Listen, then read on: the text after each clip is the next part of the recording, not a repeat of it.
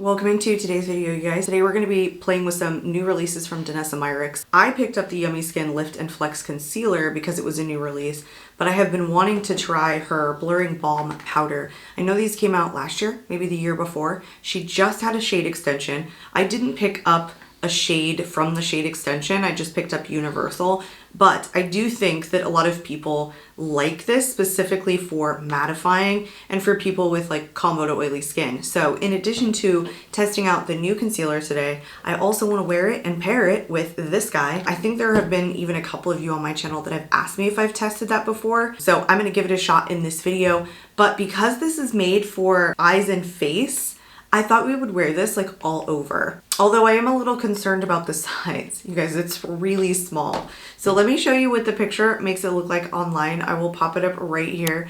It definitely looked bigger in the picture, but we're still gonna try it all over the face. So we'll see how far it gets. Usually concealers last me a pretty long time. I have done part of my eyes, but I haven't finished. I wanna get my base on so that I can finish my eyes and then we can come back and do one final check-in with these products, but we will be doing a wear test today. So let's get into the Blurring Balm powder because we're gonna be putting that underneath. Okay, so the shade extension here, you guys, is now in 15 different shades. I'm not sure how many are new shades. I know she had Universal before, so this is not a new one. It's supposed to be a texture reducing, coverage boosting, blurring balm that absorbs sweat and balances oil all day while maintaining hydration. It's a matte finish and it has her infamous Upsolate, which balances and absorbs excess sebum while maintaining skin's hydration. So I love that. Oil drives squalene, it balances oil production and diminishes visible signs of aging, and hyaluronic acid promotes skin hydration. So those are the main highlighted ingredients. I love squalene on my skin. I always feel like everything that has squalene in it always makes my skin look like smoother when I'm wearing products with squalene, and it does say that this is good for uneven texture. This retails for $36, but it feels like it's so much product. It's 0.63 ounces. I feel like honestly this is one of Danessa's more expensive items in her line. This does have a 12-month shelf life on it, and this one looks like it's made in China, I'm pretty sure. Yes. Yeah, this is pretty big packaging. Comes with a little spoon in it so you can scoop out the product. So here's what this looks like. I wonder if I should have gotten it in a shade. Like, is this going to have a ton of coverage? It's pretty stiff, so it's more like just balmy, totally clear. So on how to use, it says to prime using universal or tinted shade. Tap and blend with fingers to prime eyelids or complexion. It also is supposed to highlight and contour using a tinted shade. So you can literally use these for all sorts of things, but because mine's universal, I'm going to use this to prime and go into, ooh, this has a scent to it. This smells medicinal. Interesting. Just to prime in my T-zone. I'd be interested to see how a tinted shade would look. This is totally a product that I would immediately think of as a primer. I know a lot of people were struggling on how to use this kind of product when it first released, but this just feels like a primer to me. Looks like a primer, doesn't it? I love how Danessa products you can just use in all sorts of ways. Like, honestly, it's probably one of my favorite things about her brand, that they truly do work in a multitude of ways. I don't know if you need this little scoopy thing. Like, if you're just using it as a primer, it's great to just dip your finger straight into it and like in a balm fashion. It feels very greasy though. It feels like super oily. So hopefully this dries down. I'm gonna give it a couple of minutes to dry down. Yeah, the smell, it almost smells kind of like medicinal, you know, not like vapor rub, but definitely some sort of scent. It's not super strong or overpowering, it's just present. So let's talk about the concealer a little bit while we let this sit and maybe mattify a little bit. So see how small it is here. This is 0.32 fluid ounces. It doesn't come in a ton of different shades. It only comes in 20, which I feel like for Danessa is actually kind of on the lower end. This is medium to full coverage, skin loving, all over face concealer packed with 9 plant powered ingredients plus hyaluronic acid and vitamin E. It's supposed to be a natural finish with medium coverage. You dot the concealer for under eyes and then use the targeted tip to spot cover and use the tapered well to cover large areas of the face, which we will be doing. Go foundation free, apply all over the face without a trace. Okay, excellent. Medium coverage but hydrating, not drying is what I'm getting from it. This retails for $30. Again, I feel like a little bit more expensive than a lot of her normal products. This one is in the shade 4 Neutral. 12-month shelf life on it. Very hard plastic packaging, but cute. It's not like your normal shape. It's definitely standout in terms of packaging. I like that. It reminds me of her skin tint is kind of what this looks like. Aw.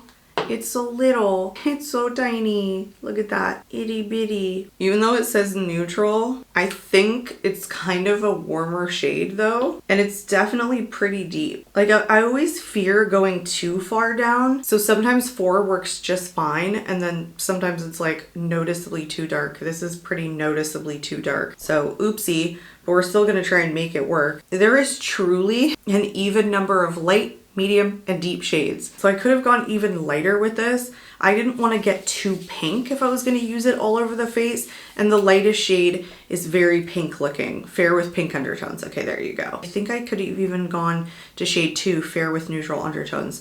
The only thing is that it doesn't have any cool undertones, which I've been loving concealers that are a little bit more cool toned instead of neutral lately. All right, let's start with under the eyes first, and then we're gonna use this bad boy all over. Definitely felt like a tackier formula when I was swatching it on the back of my hand. And even though it said medium coverage, it was like true medium coverage.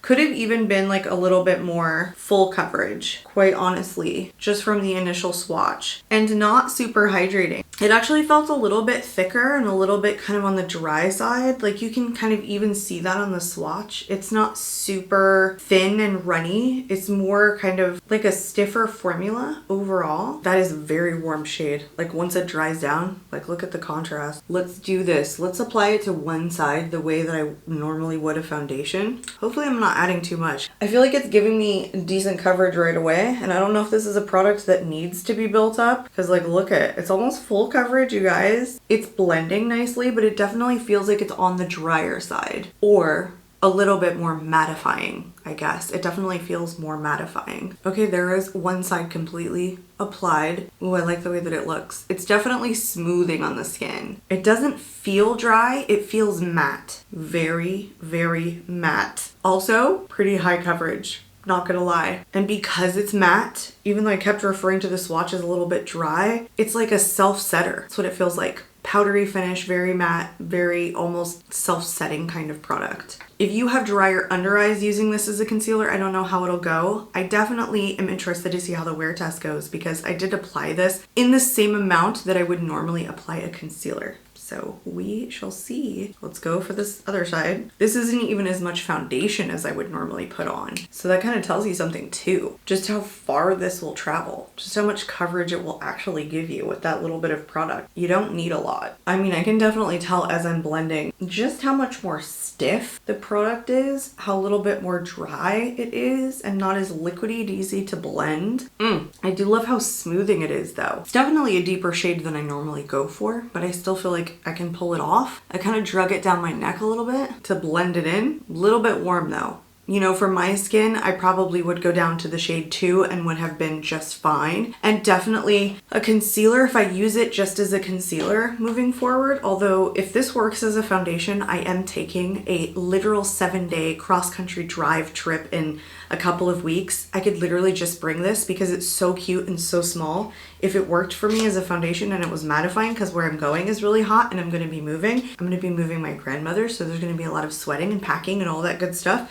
And I like to just throw something on as a base, you know, not go like full glam or anything, but I do like to put on a base that lasts. If this does that for me, I'm totally packing this. It like smoothed out my pores, although this might have done it too. So, you know, this might be something I take along with me just to keep me a little bit more mattifying. So far, it's like smoothed out my pores, it's smoothed out my skin. It's great medium coverage, great. It's almost full coverage, to be quite honest. So far it looks beautiful. I gotta go finish my eyes. We'll come back. We'll do one final check-in before I do the wear test for you guys. And the wear test, I'm gonna check in at 5 hours and I will do a check-in on my phone. Plus I will come back up here at the very end of the evening so that you guys can see at least a full 8 hours wear on both of these products. I'll be right back. Okay, I'm back. I finished my eyes. I feel pretty good about it. The base still looks really good. I use powder products on top of it because I had some blushes that I've been wanting to try. So no way to tell whether or not cream sat on top of it nicely, but I did set my face with a really light kind of finishing powder. I think it looks really good. Really, it's going to be about the wear test. I honestly never grab for concealers to wear all over the face. It's not something I do, not even something that I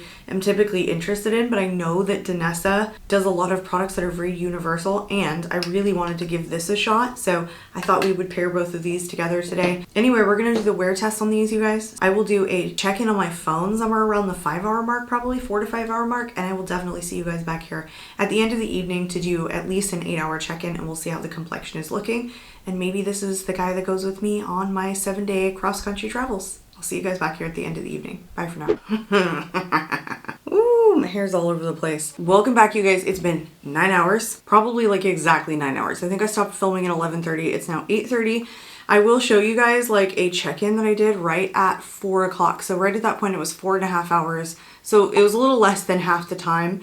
I think it held up pretty good. It was pretty much off of my nose at the 4.5 hour mark. At that point, I thought really good things. I thought the concealer was gonna hold up. I thought the blurring powder was gonna be like super mattifying, and it was gonna keep me oil free, but as you can see, like definitely oily on my nose. And now here we are at the 9-hour mark, and I think it's faded off a considerable amount, and more than I thought it was gonna be. I really thought this blurring powder was gonna mattify me and keep this lasting a little bit longer.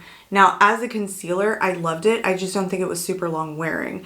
As like an all-in-one face product, it was good. It's just not overly mattifying. It didn't seal the deal for me to take this as like a full face product, you know, if I'm gonna be like sweating and I want my coverage to last, but it's good for what I think I'll be doing, which is like moving things and driving and all that good stuff. Then I think this is fine. And because it actually did give me initially the coverage that I was looking for, and also I really liked it as a concealer, not creasing under my under eyes. It's just that you can see how much it's faded. That's pretty much it. I like it. It didn't do anything adverse. It's just not overly long lasting. And this didn't keep my oils from peeking through. Good, not bad, not what I was hoping for this particular wear test, that this was gonna end up being my mattifying dream. I didn't even sweat that much today. This is just my natural oils in mainly air conditioning all day. So I don't know, guys. I'd love to hear whether or not you've had success with the blurring balm powder and whether or not it's been like a mattifying dream of yours as like a primer. And I can say if you guys haven't tested this because it's a new release, I don't think it's long lasting, but I do like the amount of coverage that it gives, and I like the fact that it's a natural matte finish, because I like concealers like that occasionally, and especially for something like spot concealing. So those are really my thoughts on these two products. I hope you guys enjoyed. As always, I'd love to hear your feedback in the comments below. I'm out of here for this evening, you guys, and I hope to catch you all in my next video. Bye, guys.